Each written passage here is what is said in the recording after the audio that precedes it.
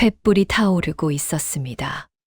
하나, 둘, 셋 셀 수도 없이 많은 불빛이 어둠 속에서 일렁였죠. 그 불빛 한가운데 한 여자가 서 있었습니다. 손은 등 뒤로 묶이고 발목엔 새끼줄이 감겨 있었지만 그 눈빛만큼은 묶이지 않았습니다. 군중이 고함을 질렀습니다. 전현이 귀신을 불렀다. 저 여자 때문에 우리 식구가 죽었어. 돌멩이 하나가 날아와 여자의 이마를 스쳤습니다. 피 한 줄기가 뺨을 타고 흘렀죠. 그래도 여자는 눈을 감지 않았습니다. 오히려 군중 한가운데 서 있는 한 남자를 똑바로 바라보고 있었습니다. 흔들리는 건 횃불뿐이었고 흔들리지 않는 건 그 여자의 눈빛뿐이었습니다.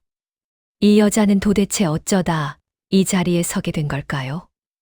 이야기는 보름 전으로 거슬러 올라갑니다. 강원도 두매산골 달바우 마을의 봄이 오던 날로 구독과 좋아요를 눌러주세요. 저희 인생편지 채널이 더욱 유입하고 즐거워질 수 있도록요. 혹시 이런 경험 있으신가요? 아무 잘못도 하지 않았는데 그냥 태어난 것만으로 죄인 취급을 받는 느낌. 이 소리는 평생 그렇게 살았습니다. 어머니가 무당이었으니까요. 달바우 마을 사람들은 소리를 볼 때마다 눈을 피했습니다. 애들은 돌을 던졌고 어른들은 침을 뱉었죠. 그래도 소리는 마을을 떠나지 않았습니다. 어머니 혼자 두고 떠날 수가 없었으니까요. 어머니는 군만 한 게 아니었습니다. 새벽마다 산을 오르며 약초를 캤고 어느 풀이 열을 내리고 어느 뿌리가 배앓이를 잡는지 훤히 꿰고 있었죠. 소리는 그 옆에서 눈과 귀를 열어두었습니다. 말없이 조용히 전부 다 담아두었습니다. 그 어머니마저 2해 전 세상을 떠났습니다. 소리는 혼자였습니다. 말 끄트머리 낡은 초가집에서 약초를 팔아 겨우 끼니를 이으며 살았죠. 그러던 어느 봄날이었습니다. 마을 안악 하나가 갑자기 쓰러졌습니다. 처음엔 봄 환절기 몸살이겠거니 했죠. 그런데 이틀 뒤 또 한 명이 쓰러졌습니다. 그 다음 날엔 3명이 한꺼번에 자리를 보전했고요. 고열이었습니다. 온몸에 붉은 얼룩이 번지고 밥을 넘기지 못하고 닷새를 넘기지 못하는 사람이 하나둘 나오기 시작했습니다. 마을이 얼어붙었습니다. 역병이다. 그 말이 퍼지는 데는 하루도 걸리지 않았습니다. 관아에 알려야 한다는 목소리도 있었지만 이장 박만술이 막았습니다. 관아에 알리면 마을 전체를 봉쇄해버린다. 우리끼리 해결해야 한다. 마을 사람들은 만술의 말을 따랐습니다. 그가 수십 년간 달바우를 지켜온 어른이었으니까요. 그런데 사람들의 공포는 해결책을 찾는 대신 다른 곳으로 흘러갔습니다. 무당년 딸 때문이다. 처음엔 수군거림이었습니다. 그게 며칠 새 고함이 되었죠. 소리년이 어미 죽고 나서 굿도 못 지내고 넘어갔잖아. 그 원한이 마을에 퍼진 거라고. 맞아. 전연 있는 한 이 병은 안 끝나. 소리는 들었습니다. 다 들었습니다. 하지만 싸우지 않았습니다. 대신 눈을 뜨고 마을을 걷기 시작했습니다. 죽은 사람이 누구인지, 어디 살았는지, 무얼 먹었는지, 어느 우물을 썼는지, 소리의 머릿속에서 조각들이 하나씩 맞춰지기 시작했습니다. 그리고 엿새째 되던 날, 소리는 멈춰 섰습니다. 마을 한복판 공동 우물 앞에서 죽은 사람 11명, 그중 9이 이 우물을 썼습니다. 살아있는 사람들 중 이 우물을 쓰지 않은 이들은 멀쩡했고요. 우연이라기엔 너무 선명한 숫자였습니다. 소리는 우물 안을 들여다보았습니다. 물은 맑아 보였습니다. 냄새도 없었죠. 하지만 어머니가 했던 말이 떠올랐습니다. 소리야, 눈에 보이지 않는다고 없는 게 아니야. 병은 눈에 안 보이는 것이 더 무서운 법이란다.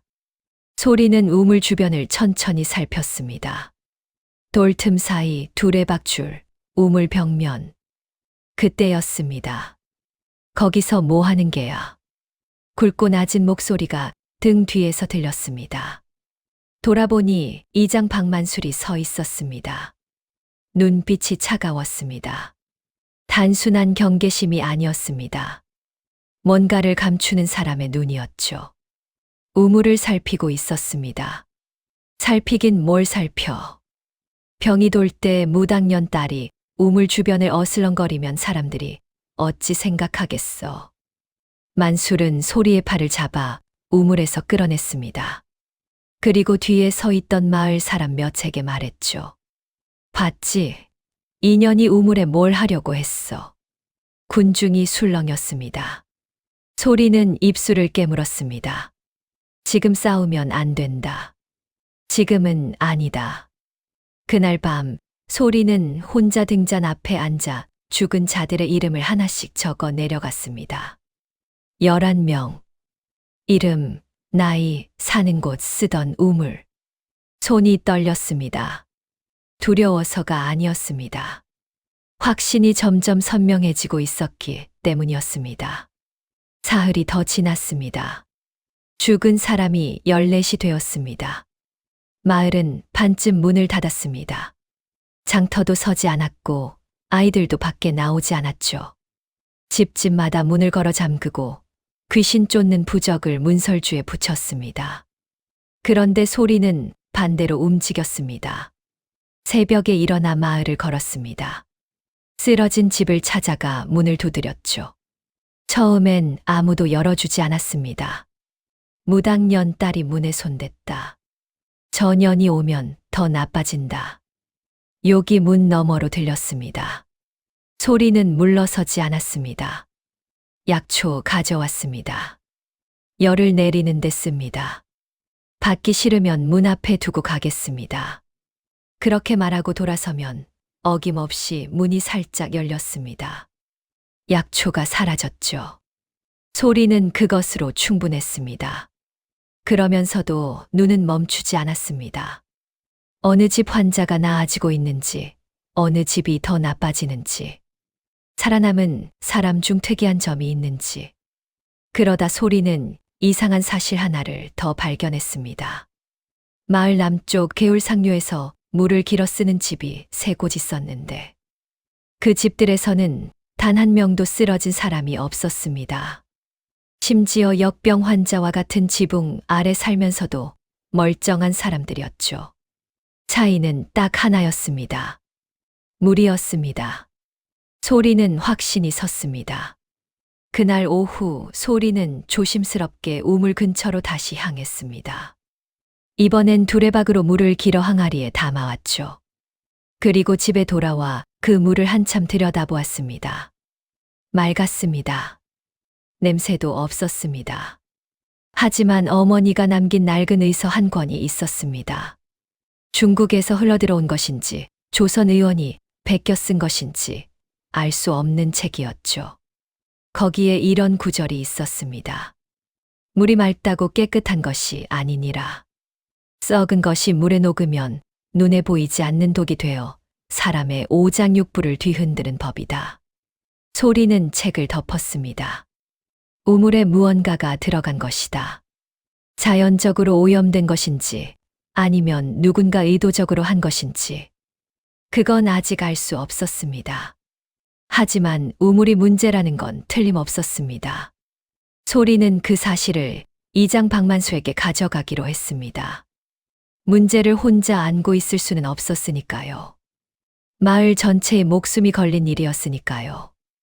만술의 집 앞에 서서 소리는 숨을 한 번 고르고 문을 두드렸습니다. 이장 어르신, 드릴 말씀이 있습니다. 잠시 후 문이 열렸습니다. 만술이 소리를 내려다보았죠. 뭔 일이야? 우물 때문입니다. 죽은 분들이 모두 공동 우물을 쓰셨습니다. 우물을 당분간 막고 개울물을 쓰게 해야 합니다.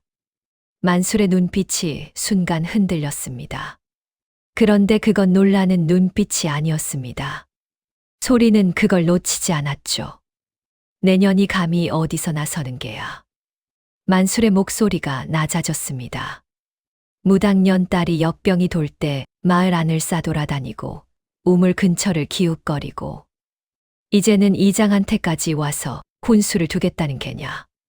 훈수가 아닙니다. 사람이 죽어가고 있습니다. 내년 때문에 죽어가는 거지.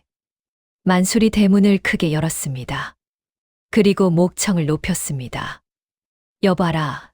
다들 나와봐라. 무당년 딸이 또 우물에 손댔다. 순식간이었습니다. 이웃집 문들이 열리고 사람들이 쏟아져 나왔습니다. 소리를 보자마자 얼굴들이 굳었죠. 저 년이 또 우물에 뭔 짓을 한 게야. 저 년 잡아라. 소리는 뒤로 물러섰습니다. 한 발, 두 발. 하지만 골목은 좁았고 사람들은 많았습니다. 그때였습니다. 잠깐요. 낮지만 또렷한 목소리가 골목 어귀에서 들렸습니다. 돌아보니 낯선 사내 하나가 짐 보따리를 메고 서 있었습니다. 페랭이를 눌러쓰고 여기저기 기운 배에 적삼을 걸친 어디서 굴러들어온 게 분명한 외지인이었습니다. 사내는 군중을 향해 씩 웃었습니다. 저도 사흘째 이 마을에 갇혀 있는 사람입니다요. 역병 봉쇄 때문에 나가도 못하고 있죠. 근데 보아하니 저 아낙네가 뭔가 알고 있는 것 같은데 죽이기 전에 말이나 한번 들어보는 게 어떻겠습니까? 사람들이 웅성거렸습니다. 만술의 눈이 가늘어졌죠. 사내는 소리 쪽을 보더니 낮게 말했습니다. 어서 말해보시오. 내 들어줄 테니. 소리는 그 사내를 한번 바라보았습니다. 최천석. 소리가 처음으로 자기 말을 들어줄 사람을 만난 순간이었습니다. 최천석은 이상한 사람이었습니다. 겁이 없었습니다.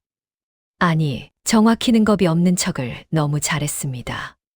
군중이 둘러싸고 있는데도 보따리를 내려놓고 그 위에 턱 걸터 앉아 소리에게 말했습니다.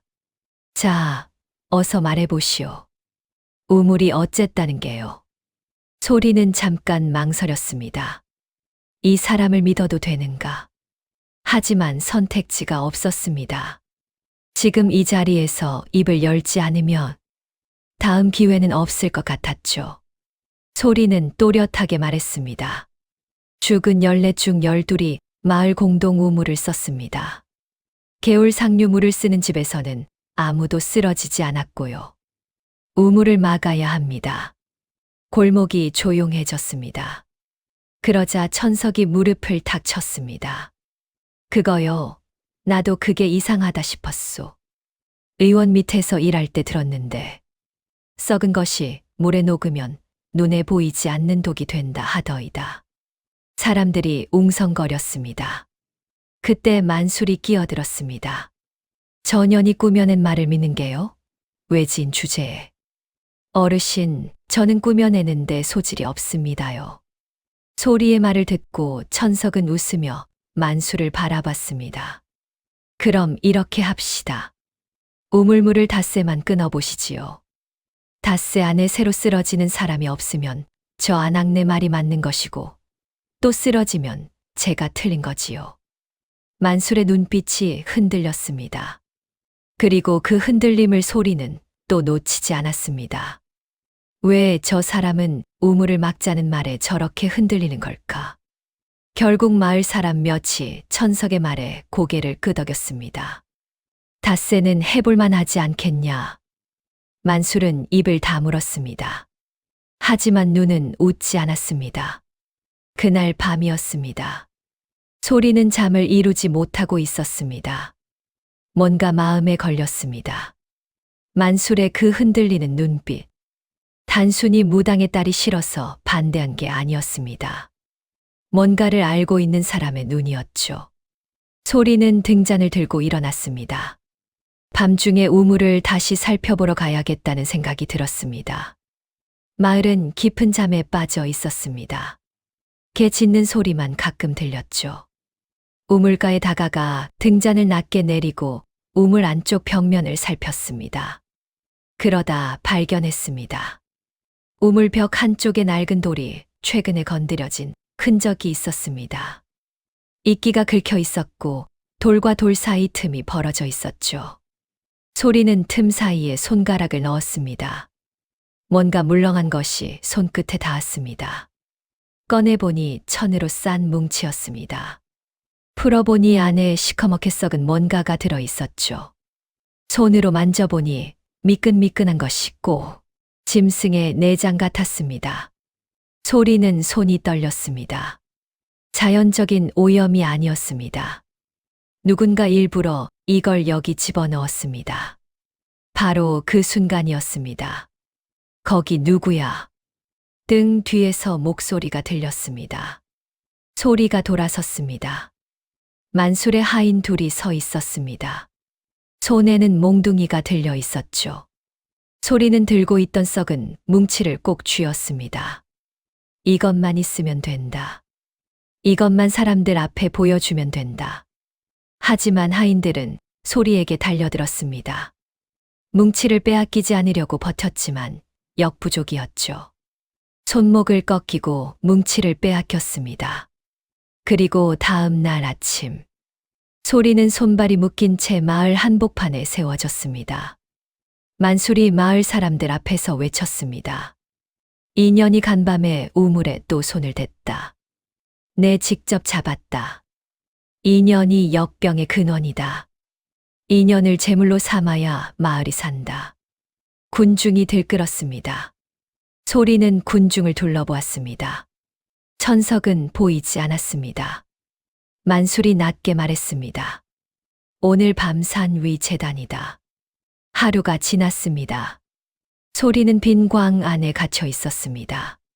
손은 뒤로 묶인 채였죠. 어둠 속에서 소리는 생각했습니다. 내가 틀렸던 걸까? 괜히 나섰던 걸까?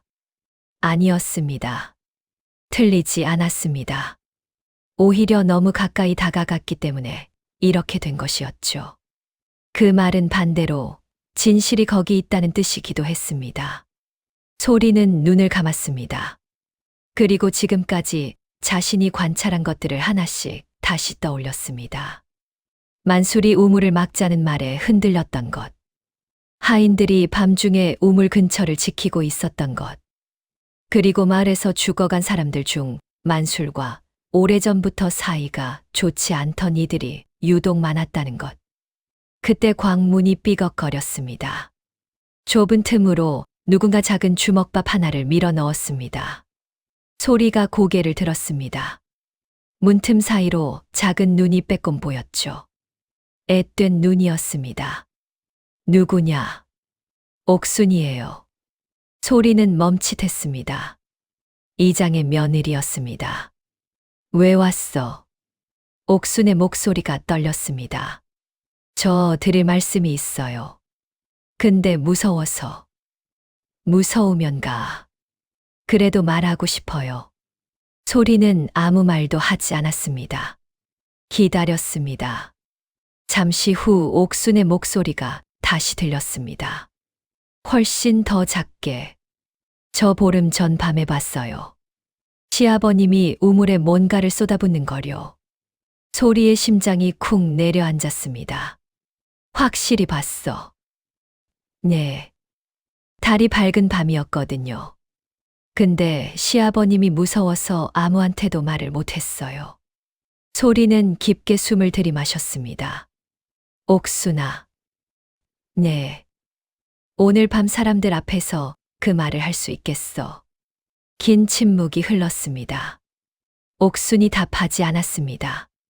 소리는 강요하지 않았습니다. 다만 조용히 말했습니다. 지금 이 마을에서 계속 사람이 죽어가고 있어. 내가 본 것을 말하지 않으면 오늘 밤 나는 재단으로 끌려가고 우물은 계속 열려 있을 거야. 또 침묵이 흘렀습니다. 그리고 문틈이 닫혔습니다. 옥순이 떠났습니다. 소리는 눈을 감았습니다. 이제 할 수 있는 건 다 했습니다. 나머지는 16살 그 아이의 용기에 달려 있었습니다. 해가 기울기 시작했습니다. 오늘 밤이 다가오고 있었습니다. 해가 떨어졌습니다. 달바우 마을에 횃불이 하나씩 켜지기 시작했습니다. 광문이 열렸습니다. 만술의 하인 둘이 들어와 소리를 일으켜 세웠습니다. 말이 없었습니다. 말이 필요 없었죠. 어디로 가는지는 소리도 알고 있었으니까요. 마을 사람들이 횃불을 들고 앞뒤로 늘어섰습니다. 재단으로 가는 길이었습니다. 소리는 걸었습니다. 도망치지 않았습니다. 소리 지르지도 않았습니다. 마치 이 상황을 진작부터 알고 있었던 사람처럼 그냥 걸었습니다. 다만 눈은 멈추지 않았습니다. 군중 속 얼굴들을 하나씩 훑었죠. 천석은 보이지 않았습니다. 옥순도 보이지 않았습니다. 재단에 올라섰습니다. 손발이 묶인 채로 만술이 군중을 향해 외쳤습니다. 인연이 우물의 독을 풀었다. 인연 때문에 우리 마을 사람이 14이나 죽었다. 하늘이 노했으니 재물을 바쳐야 한다. 군중이 함성을 질렀습니다. 돌멩이 하나가 날아와 소리의 이마를 스쳤습니다. 피가 흘렀죠. 소리는 눈을 감지 않았습니다. 군중 한가운데 서 있는 만수를 똑바로 바라보았습니다. 그리고 말했습니다. 크지 않은 목소리였지만 이상하게 멀리까지 퍼졌습니다. 어르신. 만술이 굳었습니다. 어르신은 알고 계십니다. 제가 우물에 독을 푼 게 아니라는 걸. 그리고 누가 그랬는지도. 닥쳐라. 죽은 14 중에 어르신과 묵은 원한이 있던 분이 셋이었습니다. 서참봉 돌쇠네 아비, 박물장수, 임씨. 모두 어르신한테 받을 돈이 있거나 땅 문제로 다투던 분들이죠. 군중이 술렁였습니다. 만술의 얼굴이 굳어졌습니다. 전연이 헛소리를 짓거리고 있다. 어서. 바로 그 순간이었습니다. 잠깐요. 군중 뒤쪽에서 목소리가 터졌습니다. 천석이었습니다. 사람들을 해치고 앞으로 나왔습니다. 손에는 뭔가를 들고 있었습니다. 저도 할 말이 있습니다요. 만술의 하인 둘이 천석을 막아섰습니다. 천석은 멈추지 않았습니다. 오히려 하인들을 피해 군중 사이로 파고들며 손에 든 것을 높이 들었습니다. 항아리였습니다. 작은 흙 항아리. 사실 저 어젯밤에 소리 낭자를 몰래 따라갔습니다요. 혼자 밤중에 우물로 가는 걸 보고 심상치 않다 싶었거든요. 군중이 조용해졌습니다.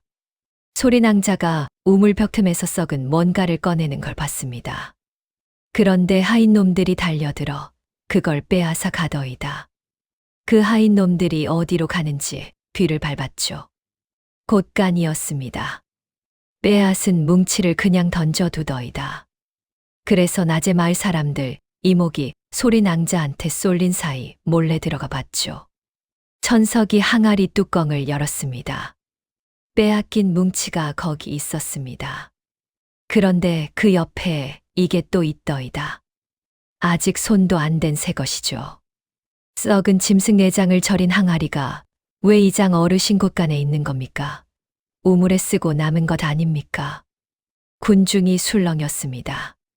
만술이 소리를 질렀습니다. 저 외지인 놈이 꾸며낸 것이다. 저 놈을 잡아라. 하지만 이번엔 아무도 움직이지 않았습니다. 사람들의 눈이 흔들리고 있었습니다. 그때였습니다. 군중 가장자리에서 작은 목소리가 들렸습니다. 처음엔 너무 작아서 아무도 듣지 못했습니다.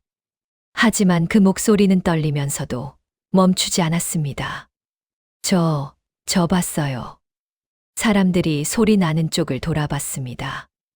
옥순이었습니다. 얼굴이 하얗게 질려 있었습니다. 온몸이 떨렸죠. 하지만 두 발은 땅을 디디고 있었습니다. 옥순아, 입 닥쳐라. 만술의 목소리가 낮게 떨렸습니다. 옥순은 시아버지를 보았습니다. 그리고 시선을 돌려 제단 위의 소리를 보았습니다. 소리는 아무 말도 하지 않았습니다. 다만 눈빛으로만 말했습니다. 괜찮아. 내가 본 것을 말해.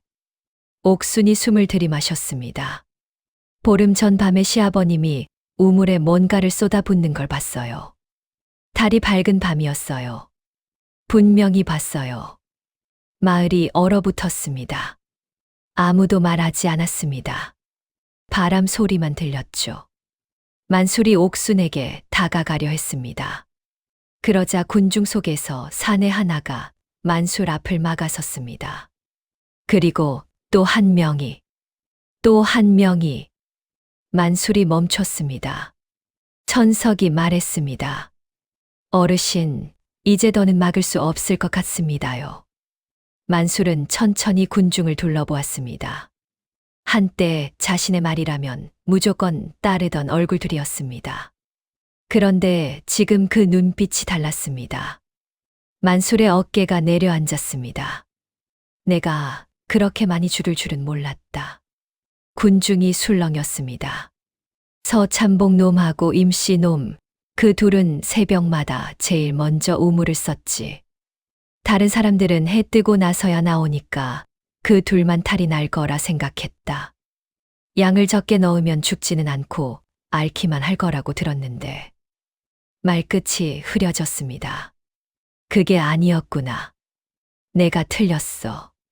그 말 한마디가 모든 걸 확인해 주었습니다.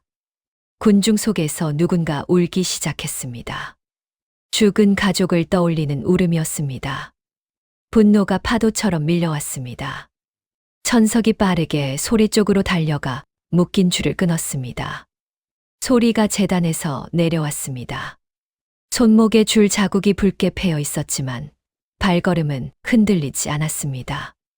소리는 만술 앞에 섰습니다. 만술은 고개를 들지 못했습니다. 소리는 오래 바라보다가 딱 한마디만 했습니다. 우물을 막으십시오.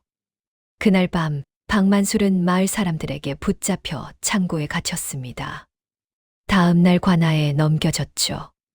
그리고 달바우 마을의 공동 우물은 돌로 봉해졌습니다. 우물이 막힌 지 사흘째 되던 날이었습니다. 새로 쓰러지는 사람이 없었습니다. 닷새째 되던 날도 마찬가지였습니다. 열흘이 지나자 마을 사람들은 알았습니다. 역병이 멈췄다는 것을. 그제야 사람들은 실감했습니다. 죽어간 14시 왜 죽었는지, 살아남은 자신들이 왜 살았는지, 그리고 누가 진짜 마을을 구했는지. 소리는 여전히 마을 끄트머리 낡은 초가집에 살았습니다. 달라진 건 없었습니다. 새벽에 일어나 산을 오르고 약초를 캐고 집으로 돌아왔습니다. 그런데 어느 날 아침이었습니다. 집 앞에 뭔가 놓여 있었습니다. 보리쌀 한 봉지였습니다. 누가 두고 갔는지 알 수 없었죠. 다음 날 아침엔 묵은 김치 한 단지가 놓여 있었습니다. 그 다음 날엔 나무 한 단이 문 앞에 쌓여 있었죠. 소리는 한참을 문 앞에 서서 바라보았습니다. 평생 처음 있는 일이었습니다. 그러던 어느 날 오후였습니다. 문을 두드리는 소리가 났습니다. 열어보니 마을 안악 셋이 서 있었습니다. 역병으로 남편을 잃은 여인들이었죠. 소리씨, 우리 아이가 열이 심한데 혹시 봐줄 수 있겠소? 소리는 잠시 그 얼굴들을 바라보았습니다. 불과 보름 전 횃불을 들고 제단으로 자신을 끌고 가던 얼굴들이었습니다. 소리는 아무 말도 하지 않았습니다. 그냥 약초 바구니를 들고 따라 나섰습니다. 천석은 열흘을 더 머물렀습니다. 역병 봉쇄가 풀리자 떠날 채비를 했죠. 떠나는 날 아침 천석은 소리 집 앞에 섰습니다. 잘 지내시오, 소리 낭자. 어디로 가십니까? 글쎄요. 발 닿는 데까지요. 소리는 작게 웃었습니다. 천석이 그 웃음을 보고 멈칫했죠. 낭자가 웃는 걸 처음 봤소. 저도 오랜만인 것 같습니다. 천석은 보따리를 고쳐 메고 돌아섰습니다. 그리고 몇 걸음 걷다가 다시 돌아보았죠. 소리 낭자. 네. 낭자는 무당의 딸이 아니오. 그냥 사람을 살리는 사람이요. 그 말을 남기고 천석은 마을 어귀를 빠져나갔습니다. 소리는 그 뒷모습을 오래 바라보았습니다. 봄이 깊어졌습니다. 달바우 마을에 새 물길이 생겼습니다. 마을 사람들이 힘을 모아 개울 상류에서 마을 안까지 물길을 새로 냈죠. 소리가 처음 말했던 그대로였습니다. 물길이 완성되던 날, 마을 사람들이 하나둘 모여들었습니다. 누가 시킨 것도 아니었습니다. 그냥 모였습니다. 그리고 누군가 소리를 불렀습니다. 소리씨, 와서 천물 좀 받아보시오. 소리는 천천히 걸어갔습니다. 새 물길 앞에 섰습니다. 맑은 물이 돌 사이를 타고 흘러내려왔습니다. 소리는 두 손을 모아 물을 받았습니다. 손바닥 안에 고인 물이 햇살을 받아 반짝였습니다. 소리는 그 물을 천천히 마셨습니다. 차갑고 깨끗했습니다. 눈물이 날 것 같았지만 소리는 울지 않았습니다. 그냥 웃었습니다. 주변에 서 있던 마을 사람들도 따라 웃었죠. 어색하고 조금 부끄럽고 그래도 따뜻한 웃음이었습니다. 그해 여름 달바우 마을에는 이런 말이 돌았습니다. 무당딸한테 가면 열도 내리고 배앓이도 낫는다. 그 말이 부끄럽지 않냐고 묻는 사람도 있었습니다. 소리를 손가락질하던 사람들이 이제 와서 찾아오는 게 우습지 않냐고. 소리는 그냥 웃었습니다. 손가락질 받던 시절도 소리였고 지금 약초를 건네는 것도 소리였습니다. 사람이 바뀐 게 아니었습니다. 그냥 진실이 보이게 된 것뿐이었죠. 우리도 살다 보면 그런 순간이 옵니다. 아무리 옳아도 아무리 진실을 알아도 아무도 들어주지 않는 순간. 그때 소리는 싸우지 않았습니다. 소리 지르지 않았습니다. 그냥 눈을 뜨고 발을 디디고 멈추지 않았습니다. 진실은 결국 무거워서 가라앉지 않습니다. 물처럼 언젠가 반드시 흘러나오게 되어 있습니다. 달바우 마을의 새 물길처럼